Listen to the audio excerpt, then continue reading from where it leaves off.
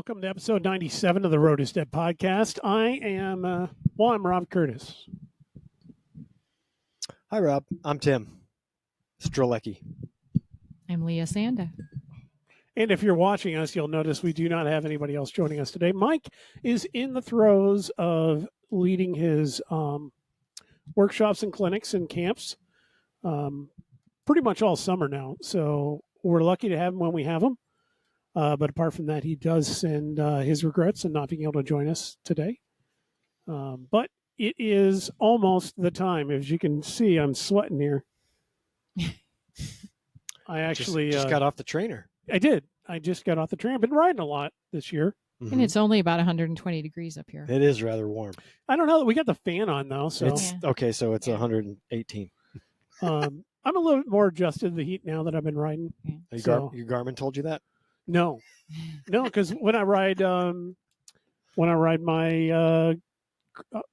what do we call it? Gravel bike, cross bike. It's a trek boom. When you ride your bike. But I ride it Right. not on a cycle. I mean, cyclocross is a discipline. If you're not doing a cyclocross race, then you're not riding cyclocross. Do you know what I mean? Right. So what do you call that? Do you just say, well, I'm riding gravel? Sure. Even if you're not riding gravel with it? Uh-huh. I don't know. Anyway. You could have an all-road. It could be an all-road. But I got gravel tires on it. I have started calling my Boone my gravel bike just because Yeah. I have it set up with gravel tires and gravel gearing. So Yeah, me too. I call it my gravel I have a bike. 2x on it. You know, that's gravel. Right. I've got gravel tires on it. I've got yours that were the SKs, Mhm. you know, that are like road tires in the center and just have grip on the sides. So, yeah, I mean, it's a gravel bike, but it feels weird calling it a gravel bike. It feels like I have forsaken cyclocross. Nah. I call Don't worry it how about I don't think you need to worry about it, but yeah, I get stuck in that too because I feel like I am cheating on gravel or cyclocross. I feel like I'm cheating on my bike by calling it a gravel bike when its purpose in life is to be a cyclocross bike. Are you like me? Like every time you say it, oh, I shouldn't call it a gravel bike. It's not. Every It's a time you cyclocross say bike. it, it's like in the back of my head, I can hear my bike going, "Bitch, what? What did you call me?" Yeah. It's only a matter of time before they remarket the Boone as a gravel bike. I don't know though. Don't they have one that they market? Yeah, is it the it's called Domine or something? a checkpoint. Oh, the checkpoint. But the checkpoint was also a cross bike, though, wasn't it?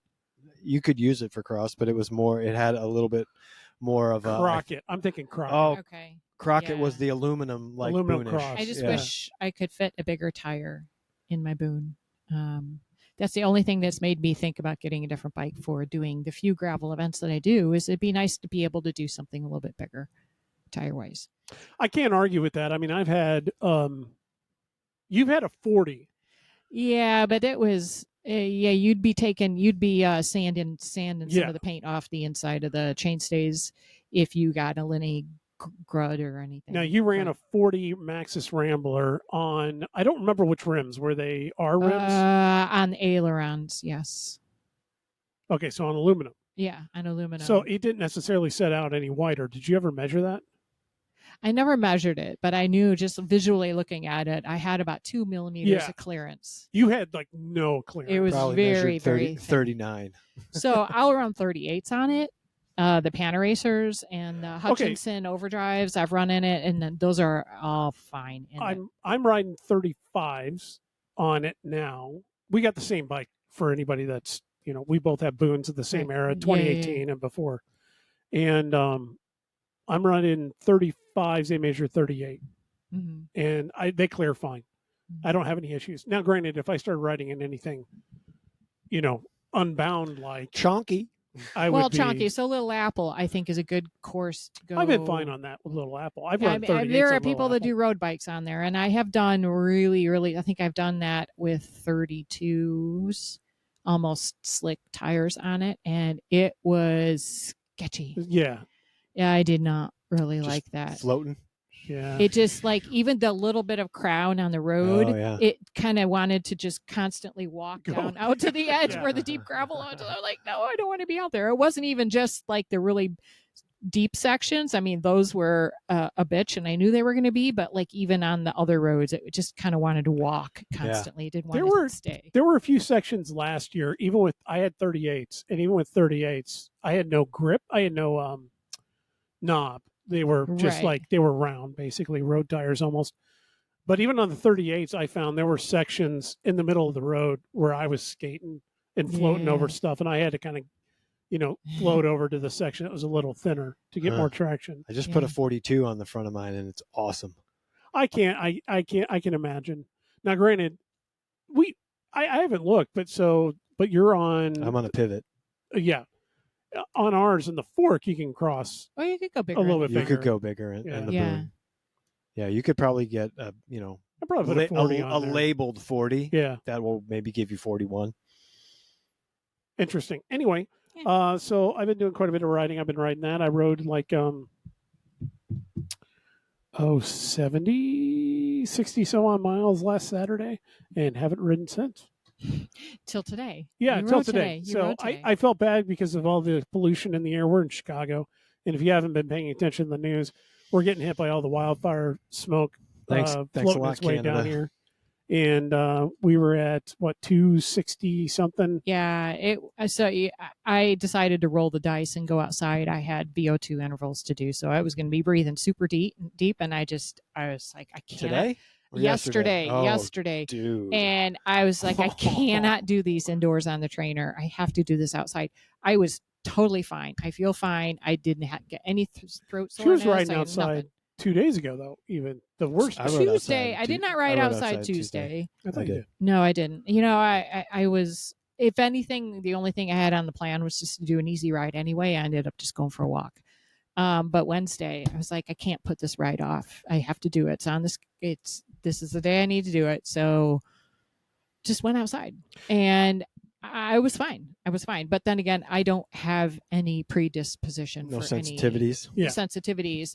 Where like my husband, he's sitting at dinner last night and just Wheezing. he's just like he's all stuffed up, and he does not exercise. So even with no heavy breathing outside, he was struggling hard. Yeah. So Andrew was having a problem just sitting inside the house breathing, and so was Julie. Me, I didn't have a problem, and I've got asthma and everything else, but I've been riding a ton. So it seemed so much clearer today. Today was the best of the week so far. I know I pointed this out to some people, but they had a calculator where you can put the number in, the number of hours exposure, and it will convert it to the number of cigarettes that you've smoked, like the equivalent. And so I put in the levels that we had for the worst day, and I said, what if I was out there for 24 hours? It was equivalent to roughly 9 cigarettes. And that's not bad over a 24-hour period. I always sit there thinking, I used to smoke 1 to 2 packs, so 20 to 40 cigarettes a day. Yeah, I'm like, I could have hung out outside. This all day. is nothing. Yeah. But I'm not 20 something anymore, so no, none of us are. Oof. But so I did the long ride, got it in. I was able to ride down and meet the family and down Aurora, and then all of a sudden my wife was like, "Hey, let's go see the rider." Yeah, The Last Rider. The Last Rider. It's the movie limited release. I don't know what you want to call it. I don't know what makes this different than some of the other things that have come out, but about Greg LeMond. Mm-hmm. So let's call it the Greg LeMond story. Specifically about his comeback. It really just focused on his comeback. Yeah. So I was kind of hoping, I took the whole family in hopes that, because Greg LeMond's story inspired me when I was starting cycling. I'll say competitively, but it's argument whether or not I was competitive. In 89 was like, I had already been riding for a little bit, but 89 was the first full year I think that I really paid attention to the tour. So that was what I got, was the Greg LeMond special. And we got to see that in downloads of, they do like once a week. They would play it once a week, but they would do it on NBC and they would do it at like 1 a.m. So you had to set your VCR to like tape it. And then you wake up the next morning and you'd be able to watch it, watch it through. I think they did on Saturday night or Friday night or something like that. And I think that they then would cut in with like Sunday coverage or Saturday coverage for like an hour or two or something like that. I can't remember. But I remember they did cover, to my knowledge, they covered the time trial, I'll say live. But I can't really, I've seen it so many times now, I can't really remember if I saw the full time trial live or if I saw the covers that they like showed in the movie as being live. Or if it was, we went to go watch it the other day to show,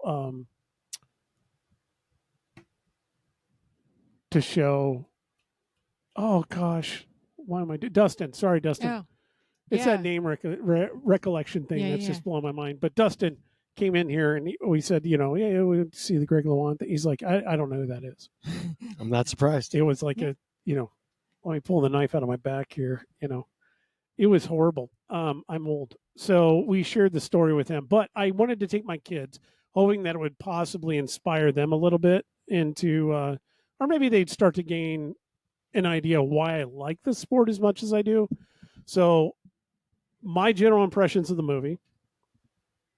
If you're a Greg LeMond fan and if you've seen a lot of the stuff that's already out there, very little of this is going to be new. Very little of the coverage is going to be new. What I think is really interesting is there's way more interviews of other individuals that were associated with the race than I have ever seen.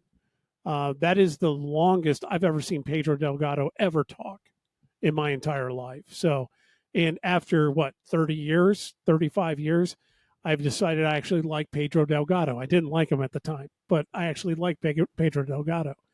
I think they were missing a bit about Laurent Fignon. It was my kids finally got an idea why I didn't like him so much.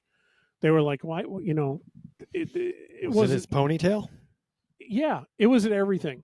So to me, he was the stereotypical '80s.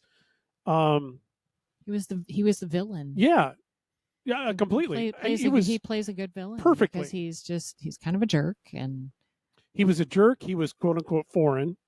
That was what it was all about in the '80s. This is right after the Rocky IV, I will break you, kind of crap. And it was us versus the world. We were going to kick everybody's ass.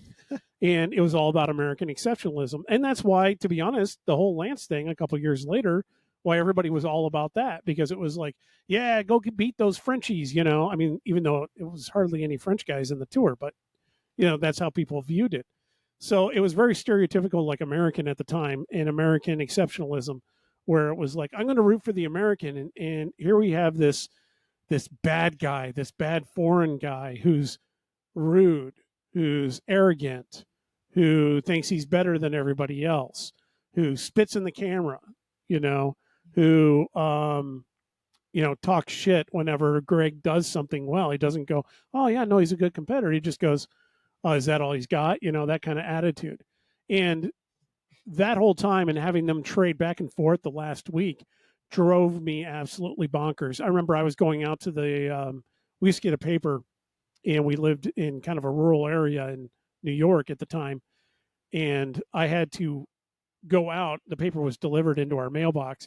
I had to go out, walk across our chip seal road that was black in bare feet in the middle of the sun in July, and hop across without burning my foot to grab the paper, run back, flip through as quick as possible, and find the box score and figure out where the overall was, and watch it flip, every day between the two, and then seeing that final, time trial.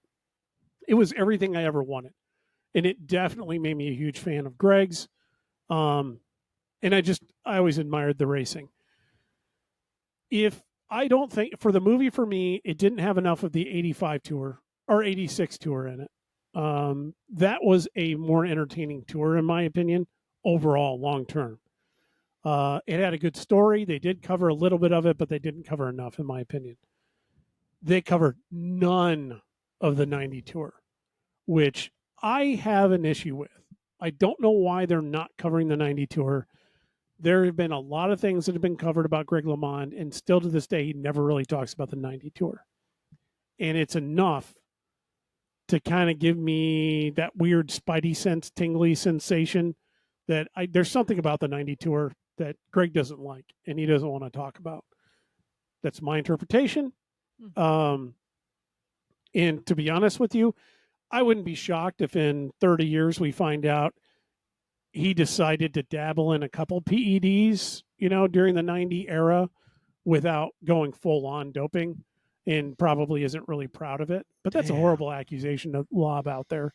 So I apologize. But that's kind of the weird impression that I get, because he makes it a point to talk about everything up to 90. And he says, from that point on, everybody was a monster. Everybody, hit the turbo switch. You had donkeys becoming thoroughbreds, all that kind of thing. So, Greg, if you're listening, please give us the dirt on the 90 tour. Oh, he never would. And he's never going to listen. I know. It was funny, though, because I put that out there in a forum and I got some responses back. And it was, yeah, everybody was doing something back then. The PEDs were different, though. This is all pre, EPO. So it was like, it was testosterone, not testosterone, but it was mostly steroids, speed. A lot of guys are doing cocaine. Super high levels of caffeine, amphetamines, all sorts of stuff like that. And it raised this story that I have received 2 stories. One was a firsthand, one was a secondhand delivery of different experiences where, for sure, Greg was doing coke during that era, and at least recreationally. And I don't know if it was during the 85, 86, 87, 88, 89 era. It was definitely in the 83, 84, 85 kind of era. So when he was a little bit younger. So it's horrible to cast aspersions on a man based on some interactions at bars and things like that. But, so the guy isn't a true saint, by all means. I understand that he probably didn't ever really engage in systematic doping. That's my opinion. And I'd like to think he's probably the cleanest rider that's ever, done it, and from the American side. And I do still agree with his assertion at the end of the movie, which was his jab at Lance, that, to this day, Greg is still has won 3 tours, and he's still the only American rider that has ever won a Tour de France.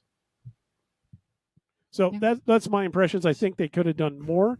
I'm more interested in the Greg after the tours and after riding and racing, in the companies that he did, and the ups and downs with all of that, the problems with Trek. But I understand that still gets into legal territory that he's still fighting to this day, which I think is bullshit. But yeah, you won't see any of that. That's more interesting. Why can't somebody else other than Greg do a movie on that? That would be a lot of fun to watch. But good points from it. We walked away. Everybody in the family loved it. The kids even said that they were inspired to go and ride their bikes. Andrew's like, hey, I'm kind of excited now. I want to go race. Nice. So, and I got a kid that's pissed he can't go to the track tonight. So there's that. So it achieved what I wanted to achieve out of it. Had fun. Went to go see it. Now, you went to go see it later with Anthony. Yes. So what were your impressions? Anything different than mine? I came at it from a different place from you, because I honestly really didn't know much of anything about the details of his story, other than I knew who he was. I knew he had won some tours. I knew he had been apparently shot and had this comeback. I was completely unaware of any of the details of his comeback journey, any of the tours that he raced in back then. I didn't even know, wasn't even aware of the existence of the Tour de France back then. So for me, it was fascinating I didn't know who any of these people were in the races with him. And I'm just like, holy cow, they're not even wearing helmets. It was so crazy. It was very enlightening. I really loved watching it. I loved getting to know the whole story of everything from him and everything in the tour. I can't say that I wish they had covered XYZ, because I don't even know anything about anything beyond what I just saw in the movie, but I really enjoyed the movie. Between that and the Netflix special, I am very, very excited for the tour this year. So, which they did team announcements today. Today being the 29th. And I kind of already thumbed through a lot of what they were in an article I saw earlier today, but I didn't actually watch and I think they were doing the presentations today. Yeah, I think some people watch. I saw some stuff online, but the big feedback I've been seeing that's been filtering through my feed would have been the kit changes for Trek and everybody calling them hideous. They could have done a better job, but I don't think they're bad. they're not I terrible. don't think they're terrible. I think they're going to be easy to see in a pack, which is good. Yeah. I like that. I've seen much worse kits. They seem more traditional to me. Yeah. They're just one color with block colored logos. I like the it. two main sponsors. That's all you Yeah. need. That's all you need. That also implies, though, that they aren't going to be having those for a very long time. That's a tour thing, or Yeah, major it seemed like it sponsorship was. changes Yeah, are it going to was be coming a down the pike. tour specific. So design. a lot of people were complaining about Quinn Simmons's version, though, because of how the Stars and Stripes kind of integrated, because he won the national championships in the last week here in the U.S. Solo. Yeah, solo. What was I? Oh no, I was thinking of the crit championships, but this is the road race championships. Mhm. I did not watch the road race championships. You did, yes? No, I did not. Okay. I did not. I just the scrolling gave me the outcome. So we have Quinn Simmons and Chloe Dygert now on the road racing podium, which seems very weird to see that both of them would get it, but they're both colossal talents, so I'm not I don't really think too surprised. the Quinn Simmons one doesn't surprise me at all. No, it doesn't surprise me. It doesn't surprise me at all. It's just unique that they both got it because they both have had the same kind of troubles, at least social media wise. Oh yeah, that's for sure. So crit though happened as well. Crit championships I was glued to.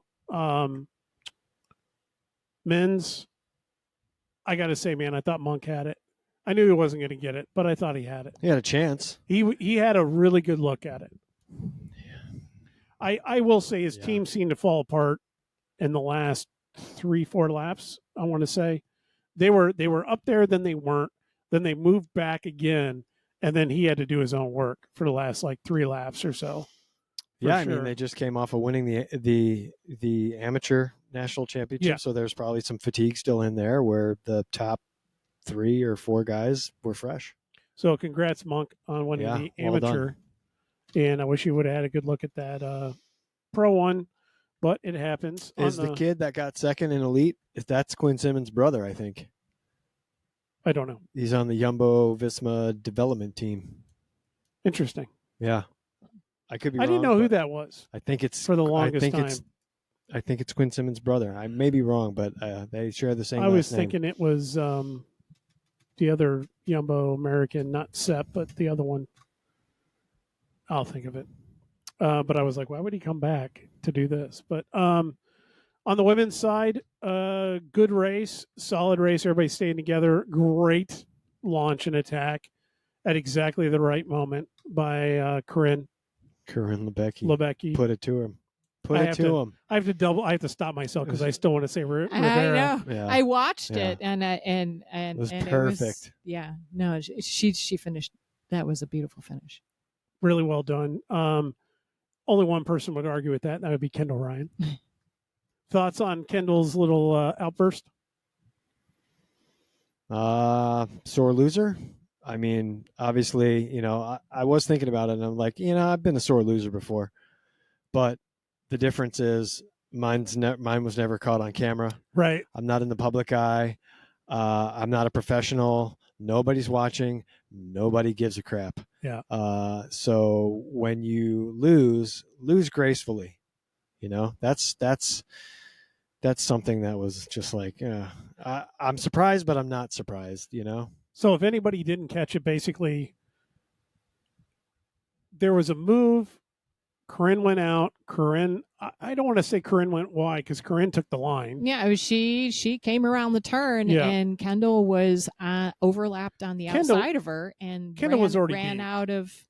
Kendall was already beat before they got to the crest She of that was hill. beat by the time they made that right hand. Yeah. That right hand corner before the last corner. And she was already beat. She was scrambling to try to even catch a wheel, and Corinne went wide in terms of the line that was there that she chose, finishing it out.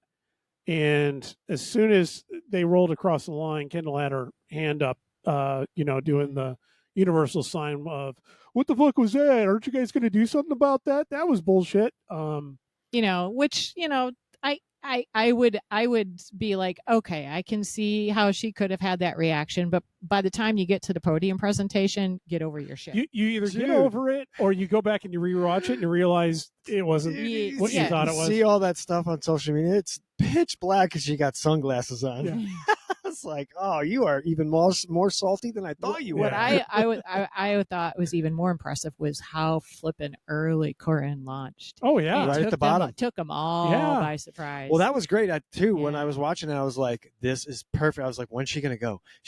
I know she's got to go. When is she gonna go?" And she like right when they started the crest and it started to slow down a little bit, she popped out a fifth wheel, went around, and you could that see was like so smart. They weren't anticipating that early of a move. That was so smart. It was so good, so good. Take them by surprise. And then Kendall was like, "I don't know what to do here," yeah. and had to answer it because she couldn't use her teammates. And she had put in. She had to burn a big match to get on. Oh yeah, just get on it. I think she had nothing. Yeah, I think the two girls in front of Kendall, I think they were on their limit. I don't know who. Well, you had Skylar did the first in the lead out, and then Skylar was gone early. She did her work and she was gone. Then it was Sam. Oh, okay. And then it was the other Ryan sister, not Kendall, Alexis, Ryan. And did they have a sweeper for Kendall so no one could get her? No, they didn't have anyone behind. I don't believe so. I think it was basically Corinne. Yeah. Yeah. Okay. Corinne was riding her wheel coming into it. So it was so good. That was the right place to be. They did it right. Kudos to the Schneiders. They were in the right place. They did the right thing. They did what they could. And Corinne's just on. Corinne's just yeah. And Alexis too. I don't want to say Alexis didn't do a good job in the lead out or anything. Yeah. I mean, it is what it is. I think it was fun to watch. I was thinking, I'm like, man, as much as Legion teaches their riders how to win, they need to teach their riders how to lose. Yeah. Yeah. Kendall's had some. This is not the first time that there's been some reactions to how she's raced. That's what I kind of read through some social media channels. So I don't know her well enough to really make any massive judgments, which is weird because I make judgments about everybody without even knowing them. But in general, I got to admit that when she showed up to the podium in sunglasses, I gave some serious thought to just silently unfollowing her on everything. Not that even matters, but for me, it's like, okay, yeah, I don't need this. But I'm like, let's give it some time and see how this pans out overall. But showing up to the podium in sunglasses, basically, I didn't see the presentation. Did she? I saw the presentation. Did she handshake between her and Corinne? Was there salt? Did she not even look at her? Corinne, they went to handshake, or she stuck out her hand like a stiff handshake, and Corinne was kind of going for that, but then went for the hug and gave her a hug. Oh, okay. And then she didn't hug back. Just at first, at the side. At first, she did. She was like, you could tell the first instinct when they looked at each other. You could tell Ryan was kind of like, oh hey, kind of actually happy and but then remembered she was pissed. And then was like, "Oh yeah, I got a rep to protect." They did a quick little hug, but then that was it. And then she kind of good friends. They're friends. Yeah, they're friends. I don't want to say that they're not. And then it was for the rest of the presentation. Corinne was like, she put her arm around her, and Kendall's just salty, Meanwhile, the girl in third was like, "This is the best day of my life." I know the girl in third. I think the whole time was just kind of going. Yeah. I'm up here too. Yeah, awesome. But I think I don't know who was in third. I don't remember the name. I have seen it, and I don't know anything about her. But I want to say that maybe she was on the younger side. Yes. So really good that result. I did know. Yeah, absolutely. And it almost seemed like she didn't have a lot of experience actually opening a bottle of champagne. So I don't She's know probably if it's just, underage. yeah, that from that perspective, not because she hasn't won or anything. I don't know anything about her racing history, but it just she hasn't drank many of those. Yeah. I think the cool thing is that with Luke Lamperti winning the men's race, that jersey's going to be over in Europe, so Monk gets to run his. Yeah, which is cool. Unless Luke comes back and does an American crit. Yeah. As the jersey rules go. So wait, we're going to see him in it at Intelli? Mm-hmm. We should. Yeah, that'd be awesome. He'll be in it. I can't wait. I'm excited for Intelli. You guys were out at Toad. Did we talk about Toad in any of these podcasts? We have not. Do we want to talk about Toad? Do you want to talk about your experience? You want to talk about your experience? I can tell you about my experience. I sat around here. Went on a couple bike rides. That's it. For entertainment value, I can talk about mine. Sure, go for it. Yeah. All right, I'll make this as quick as possible here. Hadn't raced a crit since Gateway in 2019. Actually, I raced Montrose, a local Montrose crit last year, and that was really not that fun, not that entertaining, and solidified the fact that I really shouldn't do crit racing. But is it fair though to say that crit? It's not really crit. It's not anything really competitive. It's like a group ride where you're just going out. It's all about the win. It's. I mean, it is what it is. I'm glad we had it. Yeah, absolutely. And I'm sad it wasn't returned this year. Yeah, because I would actually have gone to that one again. As much as I don't like it, I like kind of doing it. Yeah. So over the course of the last couple months, I just kind of like my whole attitude, as we all know, is ride all the bikes. And Intelli and Toad are coming up, or Toad was coming up, and then Intelli's coming up later. And I'm like, I really don't have an excuse to not, get back into this. It's close. I drove up to Wisconsin for 2 seasons to do mountain biking. It's legitimately the same thing. It's a lot shorter of a race. I just didn't know how I would fare, seeing as I hadn't raced a crit in 4 years. So I went and did the last 3. I did Shorewood, then Downers Ave, then Wauwatosa. And the first day I was just like, I'm just going to kind of see what this is all about. Got my feet wet again. Found out that sitting in the back is not fun. So I moved up, hovered around the top 15 for most of it. Wasn't really, wasn't aggressive. Didn't really try to insert myself. Didn't, get mixed up in any lead out trains or anything like that. Just kind of rode the race, finished in 13th. And then the next day, Downers Ave. It's always a good one. Felt much better. Felt a little more secure in the bunch, secure with my own abilities. Raced a little bit more aggressive, finished in the top 10 there with a 7th. So I was kind of happy about that. Had a, halfway decent sprint at the end. And this isn't against a bunch of, no, this is national talent. Yeah. This is top level national talent, so I was, there's a great picture of you in front of, Rasan. Yeah. I remember for a few laps in the Downer Ave crit, I was like, I'm going to just follow Bahati. So I followed him and I'm like, man, this guy is so smooth. Yeah. I always knew he was good just because of his, obviously he's super talented, 10-time national champion. So it goes without saying that the guy knows how to make his way through a crit field, and just following him and seeing just in tight situations, he had no nervous twitch. He wasn't worried about nothing, and just his flow. And I was like, oh my God, this guy, if everyone in the bunch was as good as this guy, Masters racing would be a hell of a lot more fun.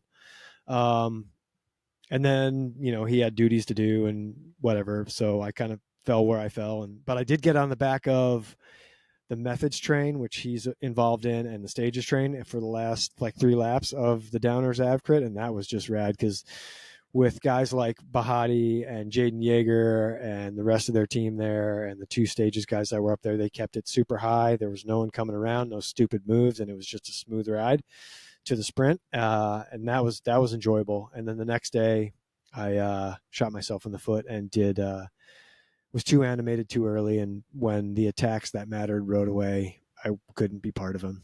So it was a good reintroduction into national level Masters crit racing, and I'm kind of looking forward to shaking things up a little bit coming Telly. So good experience, fun. Oh yeah, it was good to be back.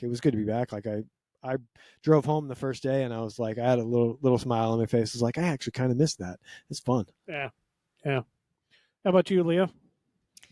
I went up for the first 4 days. So the women's category 2-3 races, which started on Tuesday and went through Sunday. So I raced Tuesday through Friday.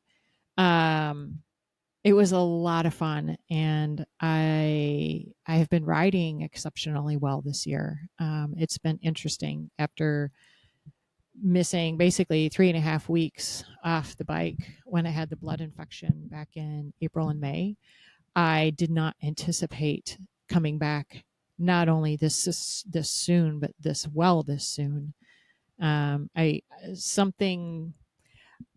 think something got cleared out with all the antibiotics I was on that I've been fighting for years. I've seen recovery numbers and just performance levels that are just another notch higher than what I normally would see. And it's been pretty exciting. But for me, also being 55, racing in a field that's predominantly 18. Yeah. Well, they had a junior cup running in there, so we had a bunch of 17 to 18 juniors in our race that got scored out separately. But traditionally, I'm dropped from these races at some point. So not only was I in the mix the whole time, I was in the front half in the finish and sprinting in for the sprint, and that's I haven't been in that position in a while, so I had to brush off. You finished at least one in the top 10, right? Yeah, the first one, West Dallas, I finished like 9th or 7th. I was 11th. Oh, in I the thought first you were one. top 10. I'm sorry. No, yeah. And then the Thursday was Mount Pleasant, which not a course that was good for me. Is that a hilly one? The hilly one? No, it's not hilly. Oh, I mean, there's a little bit of a rise on the backside of the course, but wasn't this the new one? Yeah, it like was a last minute. Yeah. I'm not sure the background on the course, but somebody had said that it was kind of a last minute pulled together. It was an awkward venue for people that were there. It was not an enjoyable course to race on for me, but that's just because I like technical turny courses, and it was just a huge 1.5-mile rectangle with shitty pavement. So it's like almost like a circuit monsters. race, like a circuit race. Yeah, exactly. Well, and last year it was a circuit race. It was long. It was even longer. So that one, I came in pretty excited, getting 11th the day before, and I thought, I'm on a mission. I'm gonna go for the money, top 7, and I ended up finishing 19th. So I was like, oh, okay. So then Bayview was a pretty technical turny course, and my legs were definitely noticing a little fatigue, but I enjoyed the course a lot. And then Shorewood, I embraced the pain. I'm like, all right, this is going to hurt.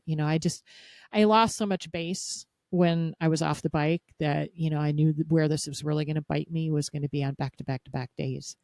But this was all just kind of like getting the training effect back in before Intelli. Yeah. I would have stayed up there and raced Saturday and Sunday, but my husband was racing cars up at Elkhart Lake, so I wanted to also be there for that. So, yeah, 4 days. Got some really good racing in my legs, and know exactly where my weak points are and what I need to work on for a few weeks. Nice. Ditto. I came away going, all right, I got some homework to do. So. Yeah. You do gain a little bit of, critness, as I call it. Yeah. Critness. Well, Matt, the Masters racing is basically just intervals. Yeah. Because everyone goes fast, and then everyone sits up, and then everyone goes fast, and then everyone sits up. So you do, for 50 minutes, you legitimately do intervals. Right. And it's okay, who's got the most matches in the matchbox? Yeah. Exactly. I looked at my power file afterwards, and it's like, I have the zone 1 bucket and the zone 6 bucket. Yeah. There's like nothing in between. Nothing in the middle. Yeah. Yeah. So you just got to do 2 hours worth of over-unders. Yeah. I was going back, and for some other reason, I was looking at old Training Peaks files, and I was going back to some old races. And I was looking at that, and it's even back then, like Evanston and stuff. I have some really high numbers for me coming out of that race, mostly heart rate numbers. And just looking at that, it's like 600 watts, nothing. Yeah. 600 watts, nothing. Yeah. And it's just this sawtooth, like for the whole Uh-huh. thing. It's when you're on the gas, you're on the gas. When you're off, you're off. It's crazy. Yeah. I can't believe I did that. It's a good time. It's a good time. Oh, one note I did want to mention, Corinne Mhm. Lebecki, before we move on from that. We don't typically talk about sponsored riders, but she has been one in the past. Don't want to get her in trouble with any other sponsorship that she's running, so I'll just say that at one point in time, she was a sponsored athlete of Enzo's Buttonhole Chamois Cream. So if it's good enough for, Corinne Lebecki, it's got to be good enough for you. So go out and try some Enzo's Buttonhole Chamois Cream. Pick it up at your local shop. Ask for it there by name. Also, we've got little ride size 10s now that are 14 grams instead of using the foil packets. We've gone with these reusable 10s, kind of lip balm 10s, and that's so that you can refill it from the jar and you don't have to create a lot of trash. You can reduce, reuse, and recycle, and I don't know, works out a lot better. If your local shop doesn't have it, tell them that they're available and they can call me. Nice. How's that for working that one I in? worked that in. Nice. So anyway, Tours coming up. yeah, Sagan. Oh yeah. I did not read this. You read this. No, I didn't. I mean, there's not much to read. I mean, I sent it out to you guys last night. He's having a bad year. My opinion is Year? Yeah, he's had a bad year, but he's been on the twilight of his career for a while. And what if I'm Peter? It's like, what more do I have to prove to anybody? I've done what I've done in cycling, for cycling, and the brands I'm affiliated with. Yeah, I don't have anything left to prove. He's done his job. Yeah, yeah, absolutely. Yeah. And just let me be me for a while. And I saw something like only a few days ago where somebody was interviewing him, or it made the news. Sagan says that he absolutely will not get a single stage win this year, and he absolutely will not be contesting for any green jersey. That it is an impossibility at this point. I don't people are still thinking that he's going to somehow, and he's like, no, I'm just riding this. Yeah, this is his farewell year. He's kind of just soaking it all in. But the article I came across in my Google News feed, and I was like, what?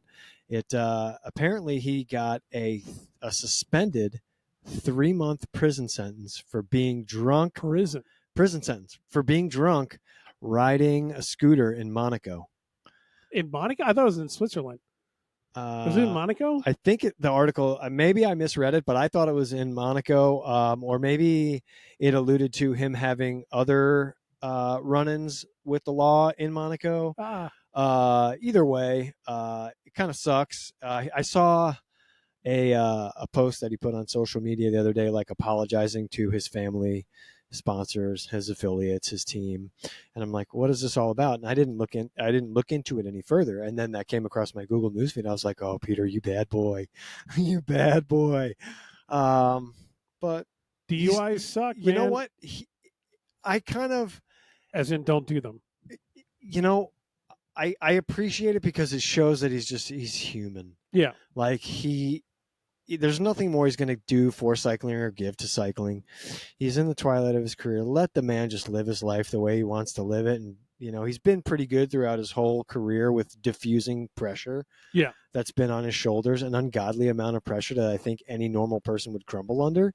So let the guy just be and let him do his thing. But the fact that it's suspended so he could do the Tour de France, and then if he doesn't get off and go to prison, that's crazy. That's unique. That is crazy. That's unique that they would sentence him like that. Also, the fact that it was on a scooter. Yeah. Yeah.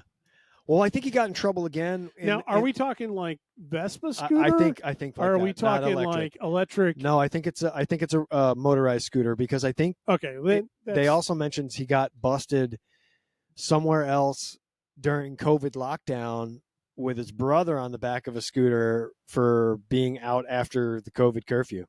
So yeah, Peter likes scooters and he likes being a bad boy. So yeah, I don't know. Not cool. DUIs are not cool. Let me officially go on record as saying that. Yeah. But I was thinking it was the electric style scooter. Well, that's where I was like, when I read what? it, my image in my head was Peter pushing himself down the street on a razor scooter, and I was like, "What the hell is this?" And I just started cracking up, and then I read the article. I'm like, "Oh, this is actually more serious." And not to say that you can't get a DUI for doing a little razor scooter like that. You can get a DUI if you're riding a bicycle. Yeah, absolutely. Good reminder for everybody. If you are drunk and you are riding a bicycle, Matt's watch your beer reviews. In most places, you can get a DUI. Yeah, and picked up for that. Yeah, so some places, not all. Not all, but sucks in for some. Peter. In Illinois, it is not a law. I don't think You can get picked up for a DUI on a bicycle in You Illinois. can? Yes. I thought I read the other day somewhere that. Well, why don't you try it and let me know how that works out? Yeah, let us know how that goes. Oh, Rob, It makes me wonder about all these bar crawls and everything I can't else. do intelligence. Yeah, And I got to say, I'm less concerned about people riding a bicycle drunk than I am driving a car or anything else drunk, because usually in any kind of bicycle incident or collision, the cyclist loses. Oh, so always. Oh yeah, always. So it's not like they're 99% of the time. All right. So next one is, can Cav get number 35? I'm going to refill my drink. You guys discuss. I think he can if everything, all the stars align. I believe if the course suits him well, or if it's a finish in a city that he has good memories with, that always brings a good vibe.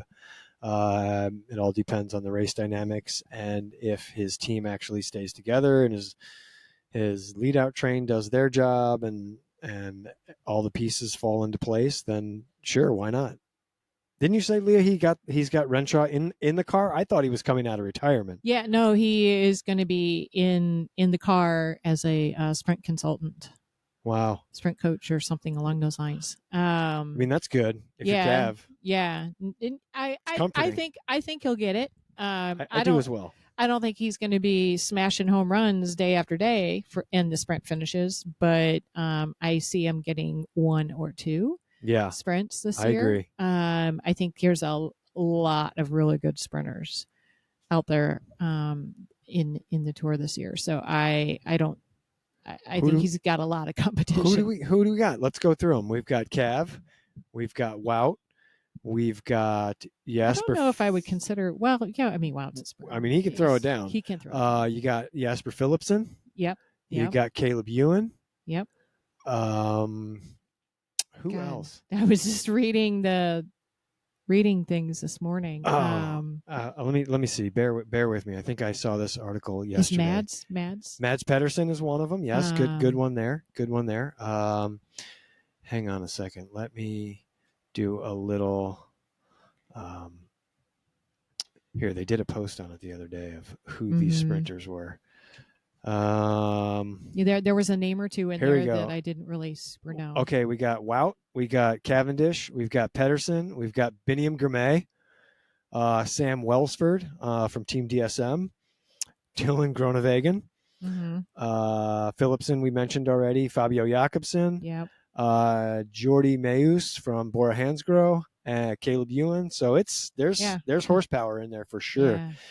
There's horsepower in there. So it's going to be those sprint finishes with all those guys fighting for position. It's going to be pretty electric. Can he do it without, I don't know if you guys discussed his, how he has no team. He has no real lead out.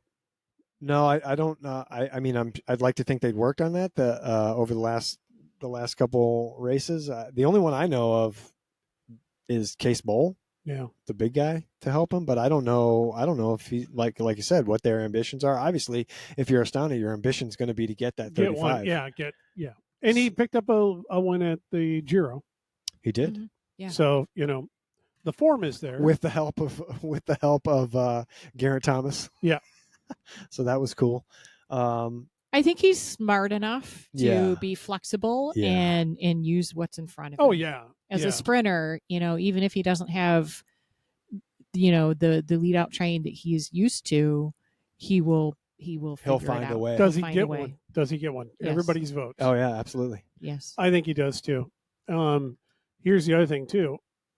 Something to keep in mind, because a lot of people get romantic about all this kind of stuff, and they want to think that if he gets close but can't exactly close it, somebody's going to sit up and give it to him. No, nobody's going to give it to him. No. It's a tour.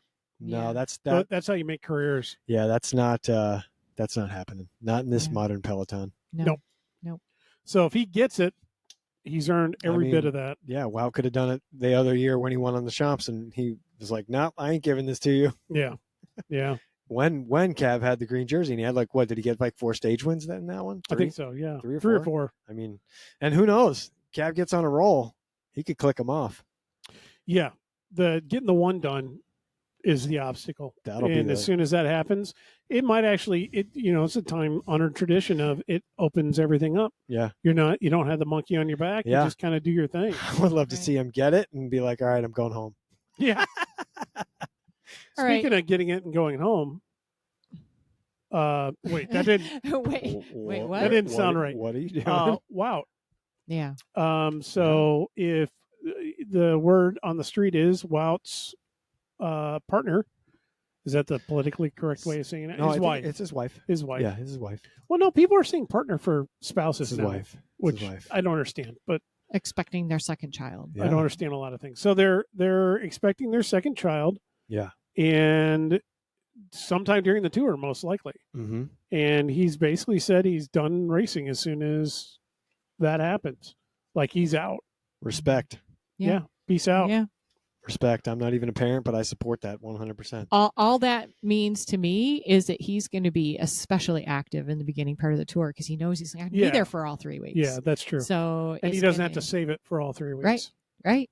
Ooh, it could be good. It's going to be good. That could be really interesting. Come on. All right. I- So what- other than Vingegaard and Pogacar, who else do we see For the overall, for the overall? Your mom. Vingegaard and Pogacar. Yeah. That's it. I don't think anyone's on that level. No. I mean, Pino's not going to do it. This is his farewell tour.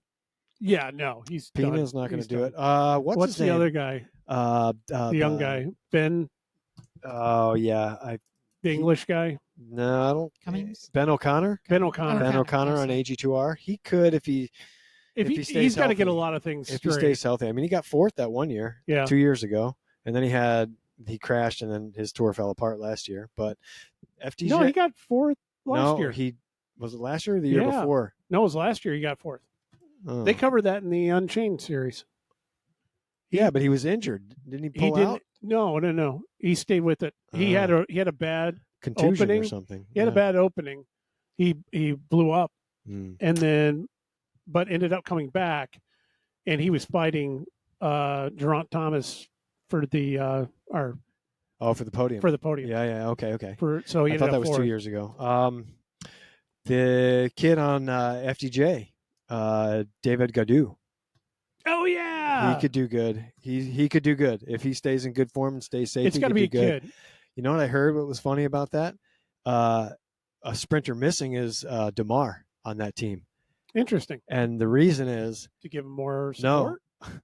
Godot and Damar hate each other. Well, there you go. They hate each other, and they're like, okay, so they can't coexist on about really Pidcock? together. What do we expect from Pidcock? Fireworks, entertainment. He's I look- not going to. I looked at the overall. Ineos roster and I'm like, there's really no one for the overall here. Egan is there, but he's not. Pidcock has stated that he wants to win a stage head to head against the GC contenders, not out of a breakaway like he did last year. I don't think he's got that yet. I don't. I don't He think may he's got have that it, but yet. I don't think he's got it. He's not going to be a. He's not gonna. I mean, he could, but if you bring a 2020 Pogacar, Oh yeah, nobody's gonna ride with him. except for Vingegaard. Who's young and getting smarter as he goes, and he's Yeah, I mean, it'll be interesting. It'll be interesting. Yeah. Americans in the tour. Well, How do I'm you still think that- thinking about that. Where do you think Pidcock ends up? Pidcock, I think Pidcock could win a couple stages. Where do you think I he ends honestly up do. overall? I would say if things go well, I'll give Pidcock a top 10. I was just going to That's say exactly what I was. I'll gonna give say. Pidcock a top 10. I'm thinking I feel like 8th. And if all the stars align, maybe 5th. And then that will alert Ineos like, okay, Tom's the dude. It will adjust some thinking. You know both what within the team You as know well what as goes him. bye-bye? Mountain biking, unfortunately. That's the thing. that. he's either going to have to drop. I don't want to say that because it's a new generation of riders, and they are I would riding hope not. all sorts of disciplines. But something's got to give. I mean, Mountain biking, cross. as it is now, he only does like the first 2 mountain bike races of the year, and then he's gone. Yeah, I don't see that necessarily disappearing, other than the risk of injury. Yeah. Cross. I still see him doing a full cross complement. I could see him doing an abbreviated one. Well, yeah, he's always Like- done an abbreviated one, hasn't he? He hasn't done like a full He hasn't season. done 30 Yeah. since he was before he came into elites. But yeah, it's shaping up to be an exciting Tour de France. A lot of good young talent is in there. A lot of animators. A lot of the old guard is calling it after this year or next year. So it's going to be good. It's going to be good. I'm excited. Because I'm a roadie now.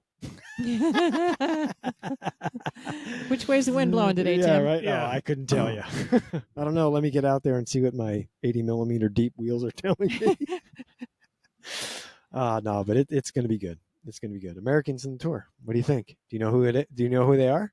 Well, Sap. You got Sepkus. You have Sepp Kuss, you got Nielsen. Paulus, Nielsen, you got Paulus, Jorgensen, Okay. movie star. Yeah. You got Yeah. Quinn Simmons. Yeah. You got Lawson Craddock, and you Yeah. got Kevin Vermark on DSM. Okay.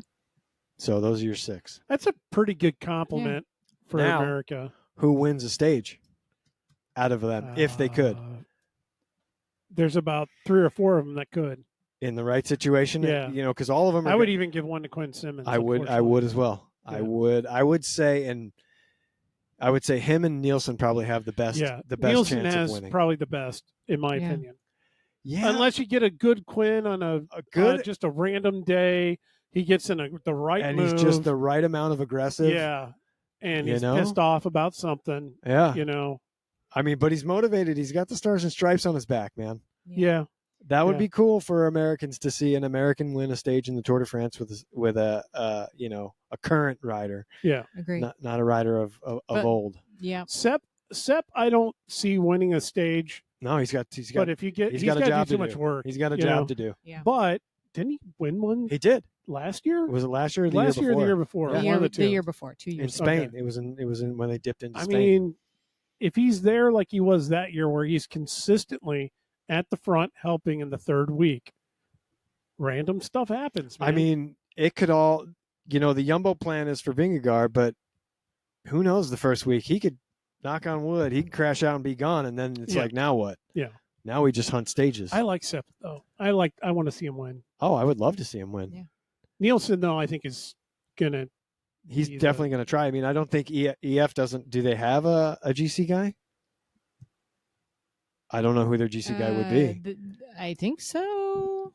But I don't know if they're looking at winning GC. I think they're winning team. They'd And like I feel to be sorry a for top Mike. 10 GC. They're I stage feel sorry for hunters. Mike at this point, because whenever we talk about old friends of his, yeah. and then we say something grossly incorrect, he ends up getting a bunch of texts from that old friend. So I don't want to say that JV doesn't have a plan and that there isn't obviously some GC You don't go to rider. the Tour de France without a plan. Right. So I don't want to say they don't have a But GC rider. plans but change. let's just say that it's not on the top of our list. Yeah. Who knows? It's going to be exciting. That's a good question, though, Leah. Who is going to contest the top 2? I couldn't even. And what? For GC? Who's the other contender? Who's going to be the third one? Yeah. Right. I don't know. I predict a kid having a great year that we can't see right now, because that is the way it's been going. I'm going to go out Right. there. I'm going to say Leonard Kemna from Bora. There you go. That's my dark horse for the third spot on the podium. I have no dark horses. I You don't know the current peloton? don't know enough of the depth of the younger guys Oh, it's to deep. really be. I know, and It is deep. that's where, to me, it's like you can throw a dart, and I think they've all got really good chances. Yeah. This is the kind of tour, I think. It's not going to be the mechanical tours that we saw a lot of years of, even in Yeah. the late 80s, early 90s, all the way up through the Lance era, where it was you had the GC contenders and it was, okay, how they all dish out. This is really still one of these Anything can shooting happen. from the hip, Yeah. man. Yeah. You got two people that unless they have something out of their control happens, or they just have a shit tour, they're going to be in contention. So, Yep. But anybody else? Right. I mean, does anybody really want to give Geraint Thomas a freaking look or no? He's not in it. He's not in it. He's going for. He's he went not. for the Giro, and he's going for. That's right. He's going for the not Vuelta. starting. He's going for the Vuelta later. I did see that. Yeah. Bernal's in it. Bernal's right? in it, but he's just going to get his feet wet again after all his misfortunes. So, I mean, Ineos. I'm not going to call Pidcock's Carapaz in there. He rides for EF. Carapaz does now? Yeah. How did I not know that? Carapaz. So Carapaz could be EF's guy. I guess. I don't know. He's going to be there when it counts, but he's not going to do anything He's the amazing. Olympic champion. He's going to be there when it counts. He's not going to do anything amazing. You never know. Anybody can do anything amazing at any time. That's why it's so exciting to watch. True. Yeah. But I still think it's going to be with the young ones. Anyway. Yeah. I don't know. So there's the tour. Anything else you guys want to cover? Because I think that's pretty much it. We're right at 1 hour. Why can't we do this normally? I don't know. Because we go down a rabbit hole of crit nostalgia when Mike's here. We do. I like Oh, it. I love it. I miss him. Mike, we miss you. We definitely do. He doesn't listen. That's right. He doesn't listen to his own podcast. We can say whatever we want to say about him. He doesn't listen to that's it. true. That's true. And then every time he listens, he's like, "Oh God, I can't stand the I hate sound my of my voice. I can't stand the sound of my voice. I sound like an idiot on there." No, you don't, Mike. You really don't sound like an idiot. Yeah. Anyone, if you are listening to this and you enjoy Mike's contributions, why don't you go out to any one of his social media pages, whichever ones are public. I don't even know at this point, and write something nice about how you enjoy how he participates in this. And then also go out to peddlingminds.org, read about the mission and statement, because that's what he's busy doing right now, helping teach our children how to ride and adults, yes, how to ride bicycles, and he's doing a much better job at doing it than any of you are. I can guarantee you that. And definitely better than I've ever done. I haven't taught anybody really how to ride a bike. I'm still amazed I figured it out, to be honest with you. But apart from that, let's go ahead and wrap it up. Thanks for joining us for another episode. We may be able to do get back on the once a week thing, but obviously we're taking some time off because of all the stuff that's going on during the summer. So enjoy what we're getting out when we're getting it out, and thank you for your support. Go out and buy some Enzos. Drop by peddlingminds.org. And apart from that, enjoy the ride.